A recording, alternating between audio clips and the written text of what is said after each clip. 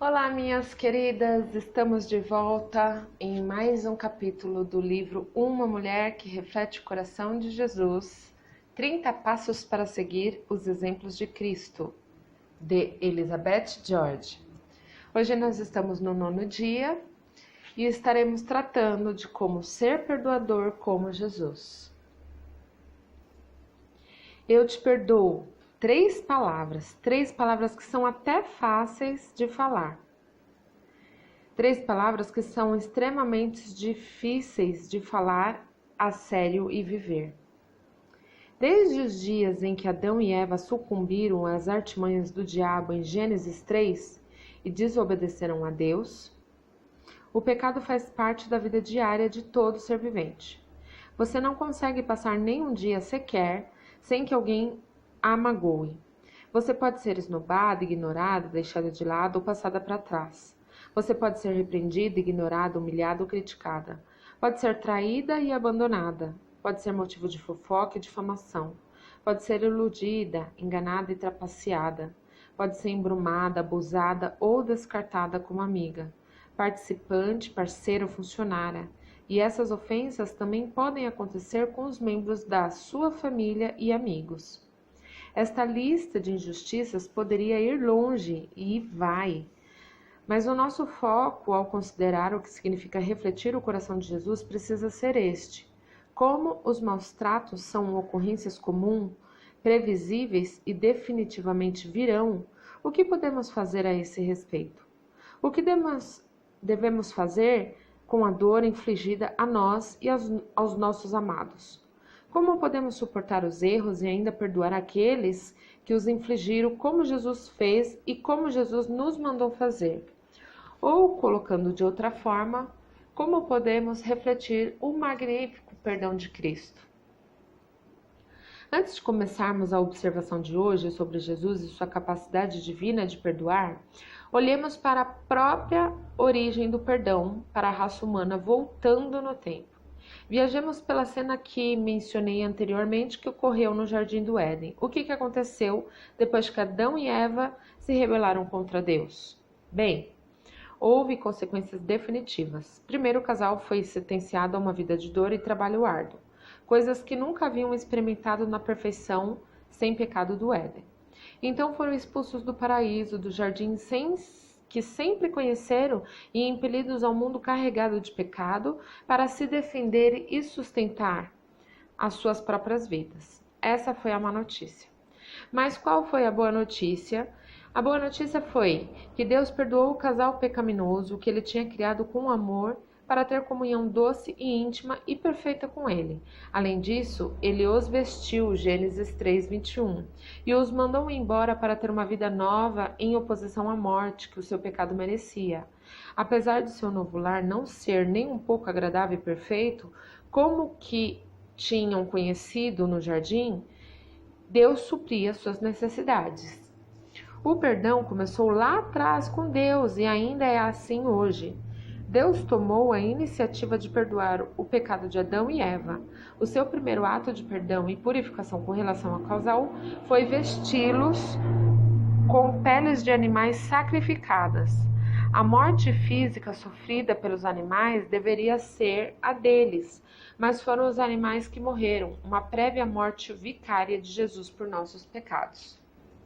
Nesse ato de providenciar peles de animais para cobrir a nudez do homem e da mulher, o Todo-Poderoso estabeleceu um sistema para perdoar os pecados do seu povo. Aquele sistema encontrou o seu sacrifício final pelo perdão dos pecados na morte de Jesus. Por toda a Bíblia, Deus, o Pai, se refere a si próprio como Deus de perdão. Esse perdão foi exemplificado a nós na vida e na morte de Jesus, o Filho de Deus. Perdoai para que também o vosso Pai vos perdoe. Você sabe o que é o normal, não é mesmo? É a reação para a qual instintivamente saltamos quando somos machucados.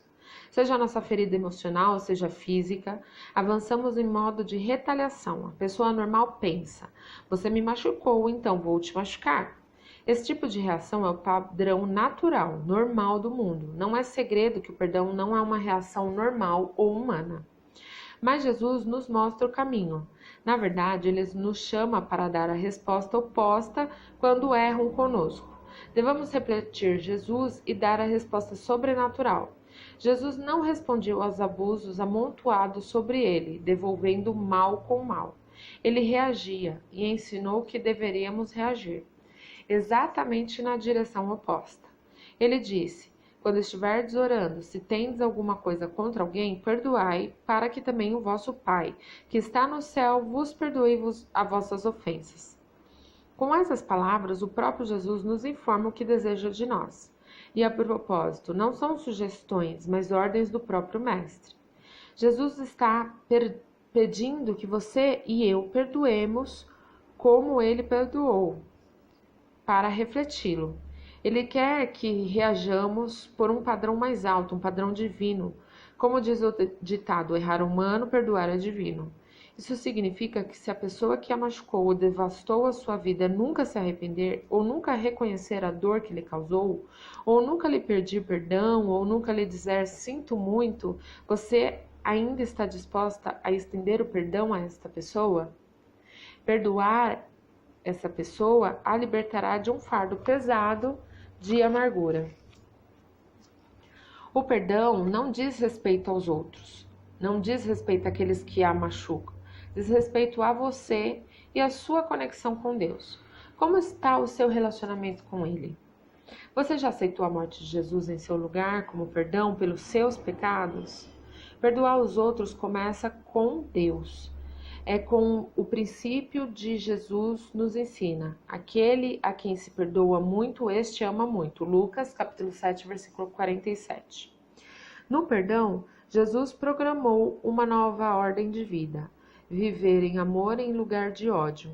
Ele era a incorporação pura de amor de Deus e ordenou aos seus discípulos e aos seus seguidores desde então, você e eu, a manifestarem o mesmo amor aos outros. Ele disse: eu vos dou um novo mandamento, que vos ameis uns aos outros, assim como eu vos amei, que também vos amei uns aos outros. Nisto todos saberão que sois meus discípulos, se vos amardes uns aos outros. João, capítulo 3, versículo 34 e 35.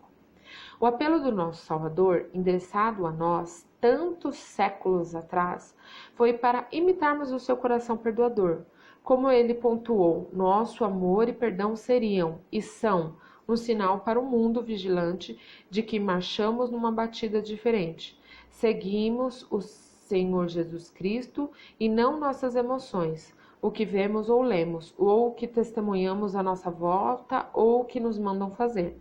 Quando amamos e perdoamos os outros, como Jesus fez, gritamos para o mundo que somos filhas de Deus. Realmente, o perdão é uma marca do amor cristão. Fazei o bem aos que vos odeiam. Ninguém pode forçá-la a perdoar outra pessoa. O perdão deve vir de dentro e encontrar o seu caminho para fora em forma de resposta física. Jesus conhece o seu coração e também sabe que às vezes é difícil perdoar em seu coração aqueles que a magoaram. Então, como ato de vontade, tente reagir com os atos de bondade.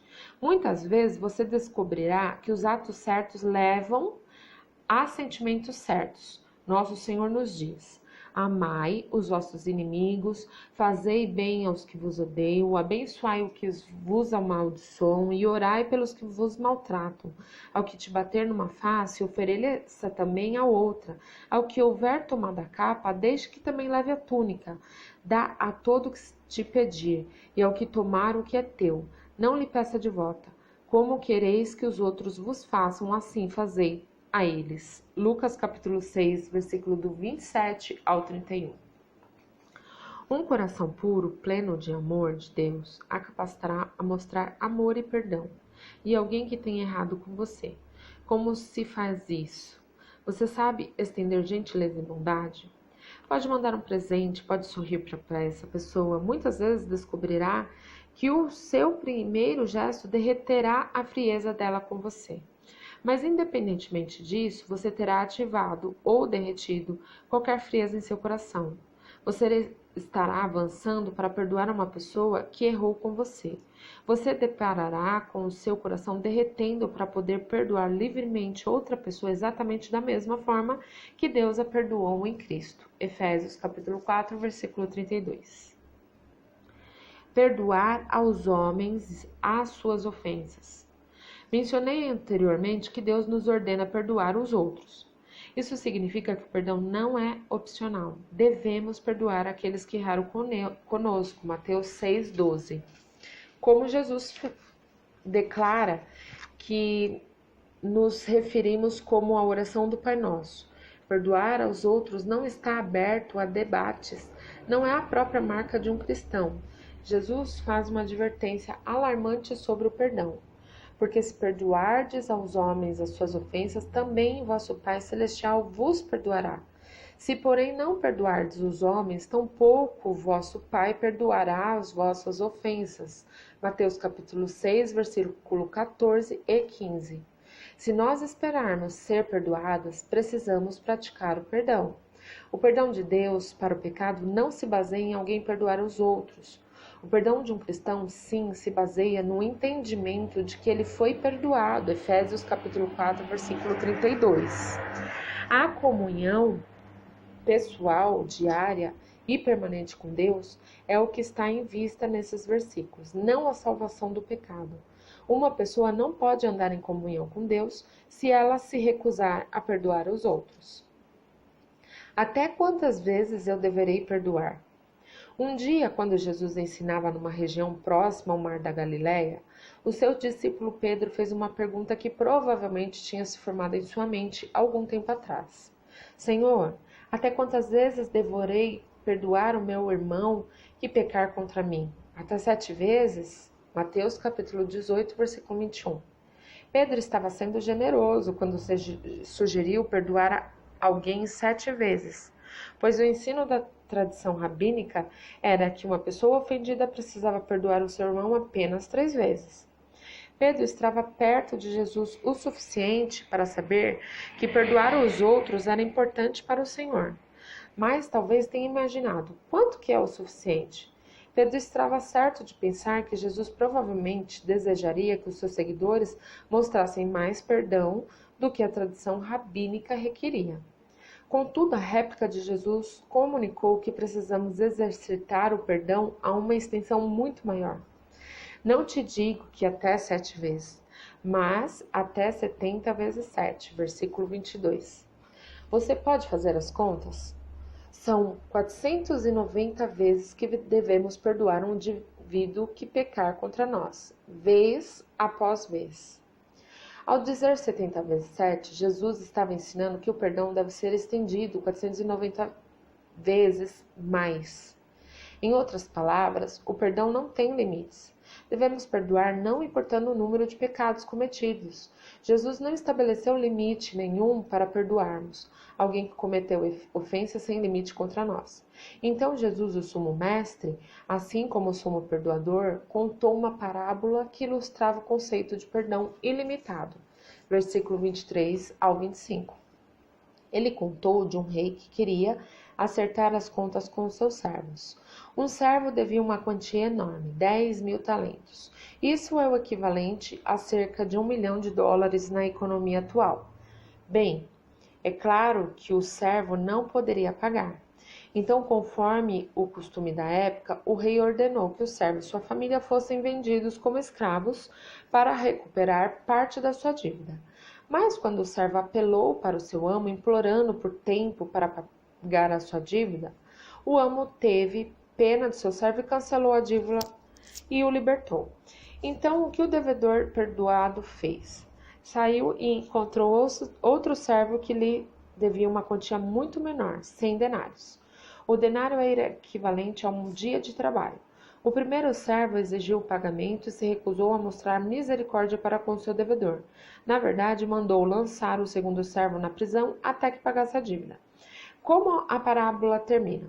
Outros servos foram até o amo e lhe contaram o que tinha acontecido, o que o servo perdoado havia feito com o servo companheiro. Quando o amo ouviu isso, chamou-o de volta o primeiro servo e o encarcerou por falhar em mostrar misericórdia a um companheiro quando ele havia perdoado de uma dívida muito maior. Por meio dessa parábola, Jesus estava ensinando que o perdão deveria ser diretamente proporcional à dimensão da dívida da qual fomos perdoados. O primeiro servo tinha sido perdoado por completo e ele, por sua vez, deveria ter perdoado por completo. Se você é filha de Deus, todos os seus pecados foram perdoados por meio da fé em Jesus Cristo. Portanto, quando alguém pecar contra você, sua atitude deve ser a de perdoar essa pessoa completamente de coração, não importa quantas vezes este ato ocorra. Pai, perdoa-lhes. Você deve estar imaginando, existe algum ato que seja grande demais para ser perdoado? Mais uma vez, a vida graciosa, terna e perdoadora do próprio Jesus nos mostra a resposta e o caminho. Nosso querido e precioso Salvador demonstrou o extremo do perdão. Isso ocorreu no dia mais sombrio e escuro de toda a história, o dia em que Jesus foi crucificado. Imagine o Cordeiro de Deus, sem pecado, que esteve ativamente engajado em fazer o bem.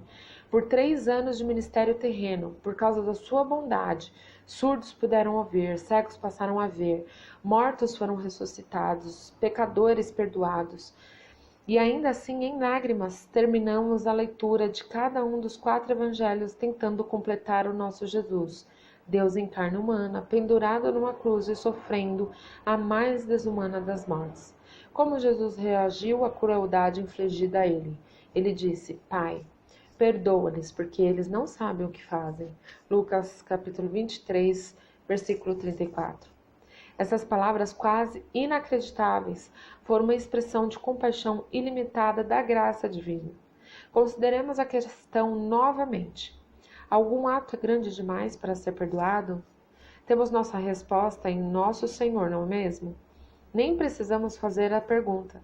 Precisamos somente olhar para Jesus. O seu ato extremo de perdão não é somente a instrução, mas o exemplo de que precisamos para nos mover a estender essa graça e compaixão àqueles que infligem muito menos dor e mágoa a nós. Jesus nunca pede nada de nós que ele mesmo não tenha feito. Ele pede que perdoemos, espera que perdoemos, e nos capacita com poder e a capacidade para perdoar. Por meio da graça todo suficiente dele, você pode perdoar. Que segurança você recebe quando sabe que é perdoado em Cristo? Esse perdão do pecado produz vida eterna, da qual você começou a participar desde o momento da salvação. Quando Cristo é o seu Salvador, o Espírito Santo de Deus vem habitar em você. Isso significa que você exibe o comportamento semelhante ao de Cristo. Gálatas capítulo 5, versículo 22 e 23. Aqui vai como isso funciona. Cristo em você a capacita a refletir o caráter semelhante ao dele. Por exemplo, isso permite que você seja longânima ou mostre paciência. A longanimidade ou paciência se refere à sua capacidade de suportar as injúrias infligidas pelos outros e à sua disposição de aceitar situações irritantes ou dolorosas. Em Cristo, você é capaz de não somente resistir ao grande sofrimento infligido por outros, mas também possui a força e o poder de Cristo para perdoar com o amor dele aqueles que causam mágoa em você. Feche seus olhos e vamos estar orando juntas. Senhor Jesus, obrigada por perdoar os meus pecados e ajuda-me, por minha vez, a perdoar os outros. Sonda o meu coração para encontrar as situações nas quais eu não estou conseguindo perdoar. Erros que foram infligidos a mim. Mas que a beleza do teu perdão me envolva. Sempre que eu lembrar da injúria, sempre que a dor invadir o meu coração, e sempre que a memória dessa mágoa preencha os meus pensamentos. Dá-me amor para perdoar 70 vezes 7. em nome do seu sangue que foi derramado na cruz em perdão aos meus pecados. Amém.